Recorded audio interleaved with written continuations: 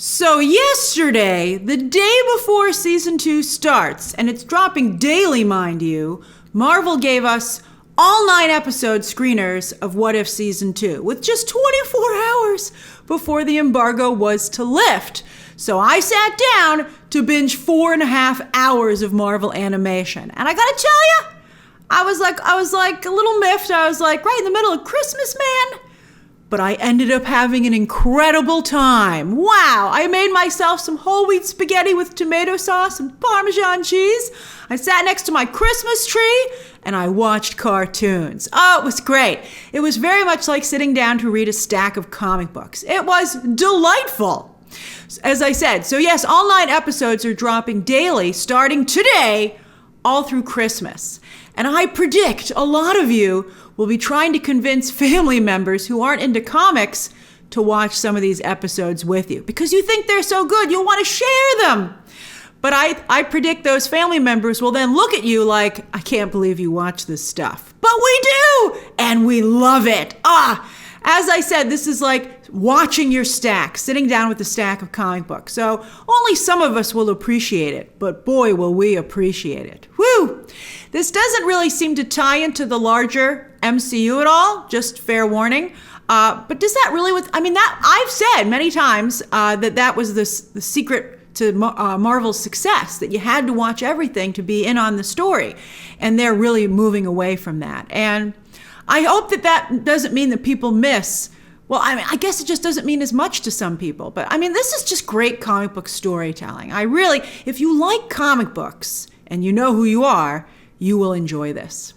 Your best bet to get someone else to watch this with you, a non-comic book fan, is episode 3, which is the Christmas episode, which drops on December 24th for Christmas Eve. So you should be able to get your loved ones to check that one out at least. I gotta tell you, I don't know if it's gonna hold their interest because it's very comic booky, but it's only half an hour. That's what you can tell them. You'd be like, it's only 30 minutes. Don't you want to see what I care about, what I'm into?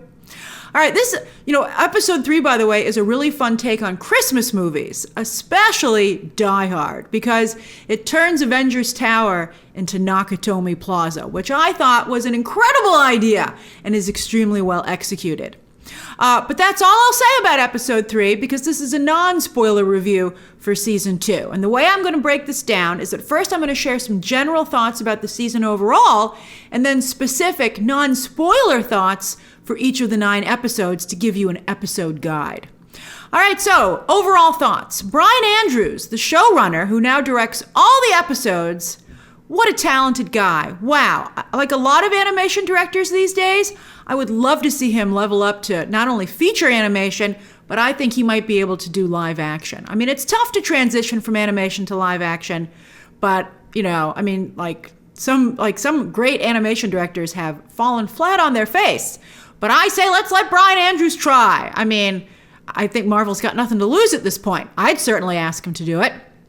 The Spider-Verse movies have set the bar very high when it comes to superhero animation, and they still rule.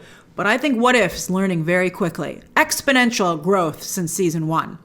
The action and fight scenes here are top notch. I loved it. I actually rewound some of them to watch them again. I was like, I gotta see that again. And as we're seeing more and more these days, fight scenes and action scenes in animation are better than in live action because they have an unlimited budget and they can take the time and they don't have to worry about danger. You want to be very careful with your stunt people, but in live action these days, a lot of it is CGI doubles even there. But I wish they were as creative as the animators with how to move these doubles around. In episode 5, to see Captain Carter and Black Widow moving together, like how they fight together in action, sublime, as Ken would say. That's one of the instances. There's a scene early on in the episode when they have to get over or through a wall or like a gate. I rewound that. I was like, I gotta see that again. Also, this season is chock full of Easter eggs, and not just like Marvel Easter eggs in general, like specifically MCU ones, but action Easter eggs. There are some iconic fight moves that you will remember because they're that good that are recreated here. And I was like, that is so cool. But even beyond the action, season 2 is a lot more artistic than season 1. Here are some of the stunning wide shots as an example that really caught my eye. That not only seems to take a page from the Spider-Verse, but also some of the anime that we're seeing in Hollywood franchises these days, like the recent Star Wars Visions episodes. This is much better. You know, Star Wars Visions a little too experimental for me. This is just right. Season 2 starts out incredibly strong and actually gets even better as it goes along. I was like, this must be the best episode. Oh no, wait, this one's also incredible. Although be warned, episode 2 is a little weak, so don't get discouraged with episode 2. And there are a few connected episodes. 5 and 6 eventually tie into 8 and 9, which is a two-parter. And just like with Captain Carter in season 1, who's back here again, season 2 introduces another new character to the MCU, Kahhori, who is basically Tesseract Pocahontas. In fact, the beginning of her episode reminds me so much of the beginning of that Disney animated movie. Now, I wasn't sure about her at first. Should we have this character and Echo who's coming up, right? But I have to say, Kahhori is super cool, and super powerful. So powerful. Some people, I suspect, will say she might be overpowered. But, I mean, I don't know. It's so cool to watch her work. I don't care. So now I'm like, do we really need Echo now that we have Kahhori? I mean, sure, of course, we could keep both characters. It would be wonderful to have more than one Native American character. In fact, there are multiple characters in the Kahhori episode that I think have potential. But, well, I can't give anything away about Echo, but when you see Echo, you will see that these two characters have striking similarities from their backgrounds to their power sets, and they do seem repetitive. Devery Jacobs is excellent, and as you can see, is ready to jump to live action if she gets the call from Kevin Feige. Let's just hope she transitions to live action better than poor Captain Carter did. They did her dirty! Now, I have two quibbles, with season 2. The first is that, like with all of the MCU lately, it's extremely female-centric. Now, don't get me wrong, I love me a strong female character, and I love a lot of the strong female characters here. In fact, I love all of them. But I want them to succeed, and it just became a lot after a while. And especially with a daily drop, there's a sameness to it after a while. Like, it's great to see the bond between Captain Carter and Black Widow continued from season 1. But then later on, Captain Carter teams up with, let's just say, another female superhero, because no spoilers. But you're like, if Captain Carter is going to switch things up, why not really switch things up and team up with a male superhero? So my other quibble with the show is that while it is extremely funny, like really funny, the joke writing here is top notch. I laughed out loud several times watching these episodes. But again, they overdo it. Like once they get to episode 3, it's wall-to-wall jokes from there on out. It's just too much. And again, with daily drops, it makes I was binging it. The episodes start to have a sameness to them. And I mean, look, Hela's not a comedic character.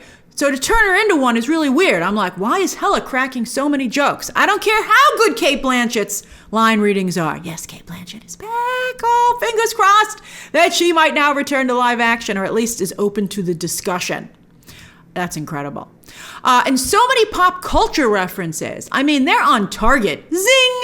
Immensely clever. I was like, good one. But after a while, there are just so many that it stops being impressive. You're like, I get it. I mean, like, it was just overwhelming. So those are my only two complaints, though. And it's a shame because I do like the female characters and I do think the show is very funny. It's just too much of a good thing.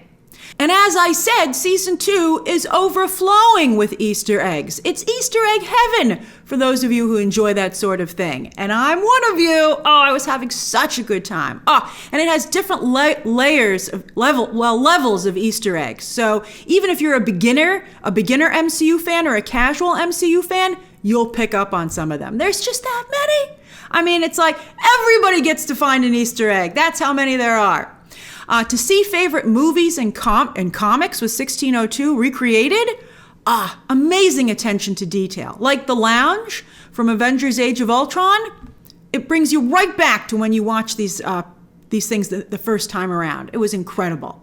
And in some ways, it's even a little better because it allows you to explore them more. It's also a lot of fun to have most of the MCU cast here voicing their iconic characters, and also to have some characters, actors who did characters come back that we haven't seen in a while, like Sam Rockwell's Justin Hammer. Although when you see his role, you totally get why he was willing to come back. Who wouldn't want to do that? And then Jude Law's Yon-Rogg and more that I don't want to spoil. But sorry, Wanda fans, Elizabeth Olsen, while she does voice Wanda this time, she's barely in this. Why is Wanda always getting benched? And just like season 1, it's weird that Robert Downey Jr., Chris Evans, and Scarlett Johansson won't participate here. Why not? I mean, I guess they feel they're done. But it's a shame. Although, I have to say, Lake Bell, who is, of course, iconic as Poison Ivy's voice in the Harley Quinn animated series, she is a really good Black Widow. Mick Wingert is a passable Tony Stark, but I think they'd be using Tony Stark more if Robert Downey Jr. was voicing him. He's like, you can see he's like leveled down a little bit because they know the voice isn't quite right. Josh Keaton, I mean, he doesn't take you out of it, but he's not Steve Rogers. He doesn't have the magic of Chris Evans' performance. And Cynthia McWilliams, with all due respect, she's just not Gamora. It totally changes and it doesn't feel like the character at all. While there are no MCU earth-shattering reveals here, there are some very clever twists, particularly if you know your MCU. You're like, oh, I see what you did there and I like it. So try to avoid spoilers if you can. All the episodes are about, I'd say, 25 to 30 minutes, not including credits. So that's pretty good. And they feel just right. You get a lot in a half hour. So much so that there's so much to digest with each episode that I think it's a shame that they went with a daily release schedule instead of weekly, because it really keeps, not only can we not discuss it, especially over Christmas, but it doesn't even give you space to relish what you just watched. You're either, trying really hard to stay on top of the episodes, or you feel like you have to catch up. I really wish it had been weekly, especially because it's so good. I mean, I know that they're experimenting with different release strategies over there, but I think to do it daily for this was a mistake. I will be doing a spoiler video of the entire season when it wraps on December 30th. But if you're busy over the holidays, we're going to do my thoughts on the single episodes in just a moment. But I just want to say, if you're busy over the holidays and you want to know what the must-watch, don't-miss episodes are, I would say they're the connected ones, 5, 6, 8, and 9. And then, of course, you don't want to miss the Christmas one, which is episode 3. The other ones you could wait on. All right, let me break down the episodes for you. This is my episode guide, no spoilers. Episode 1, this is really Nebula if she was in Blade Runner, and it's fantastic. It's available for you to watch right now, and this is probably the most inventive and edge-of-the-envelope pushing of all the episodes. All right, episode 2, 1980s Avengers. This was the one that I said was a little weak, so just push through it. Not that there isn't cool stuff here, but there's so much of it, so many characters that they bring in that you don't really feel like you get enough time with any of them. But it's still fun. It's still fun. Episode 3, the Christmas episode. If you're not extremely familiar with Die Hard and early Avengers movies, you won't enjoy this as much as others. Episode 4, I'm calling this one Tony Ragnarok. I know, hilarious. The jokes fly fast and furiously, but wow, there was one moment, you'll know it when you see it, where I geeked out hardcore. I was like, did they really just do that? And how has no one ever thought of that before? All right, episode 5. This is the quintessential What If episode. At first, I thought it was a bit too rushed, but by the end of it, wow. This totally gets the What If concept just right. If you're a fan of Captain America, Bucky, and Black Widow, and who isn't, your jaw will be on the floor by the time this episode is done. And again, it helps if you know their core movies. They actually fix some of the problems with some of these movies, particularly Black Widow. This was so cool. All right, episode 6. Here's where we meet our brand new character, Kahhori. Stick with this one. This was also a little slow out of the gate, but in the end, I was surprised with how moving it was. I don't know, it's a little tricky. It's a little like Inglourious Bastards, actually. I don't know if, I think it's tough to decide if you can apply, fantasy elements to tragic real world events, right? Because you're like, if only they did have superpowers. But I think it's extremely well done, and it is tasteful. It was very, very good. Plus, this character comes back later in the season, and maybe in the future in Marvel, so you're going to want to meet her. Episode 7, this is the Hella episode, and I was hella excited for it until she started cracking jokes. So many jokes! However, it did make her seem a little less like a goddess, unfortunately, but more like Thor and Loki's sister than, just a villain that they went up against. So I thought that was interesting. I was like, am I willing to trade Hela's coolness for making her seem more at the level of Thor and Loki? I'm still not sure. Also, some of the Shang-Chi characters return here, and that was nice. Episode 8, this is the 1602 episode, but for those of you who are fans of that Neil Gaiman comic, brace yourself, because it's 1602 in time period only.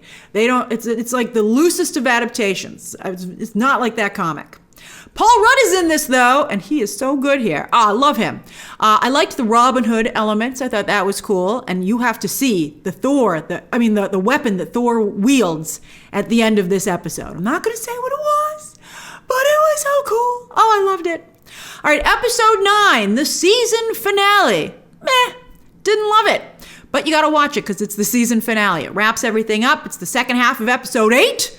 And they make a soft pitch for a potential season 3, which, considering the overall quality of season 2, I would very much like to see.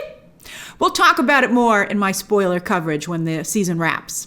All right, so that's my non-spoiler review and episode guide for season 2.